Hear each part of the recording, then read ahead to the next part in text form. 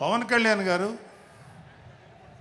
మీరు పని చేసేటువంటి మేము ఇక్కడ ఏదో పని చేసాం అనే తృప్తి మాకు ఇవ్వటం కోసం ఆయన ఈ మమ్మల్ని అపాయింట్ చేశారు తప్ప ఆయన గెలుస్తారన్నది ఆయన అఖండ విజయం సాధిస్తారని ఆయనకు ముందే తెలుసు. కానీ ఆ సాటిస్ఫాక్షన్ మాకు ఇవ్వటం కోసం మాకు ఈ అవకాశం ఇచ్చారు. అయితే అది మా అదృష్టంగానే ఫీల్ అవుతున్నాం.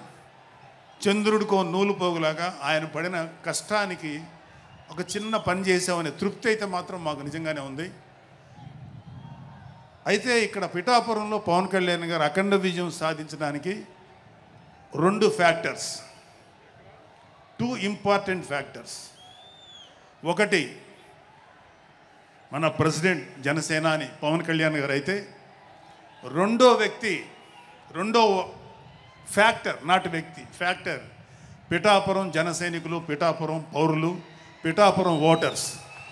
వీళ్ళిద్దరూ లేకపోతే మేము ఏమి చేసినా ఏం ఉపయోగం లేదు.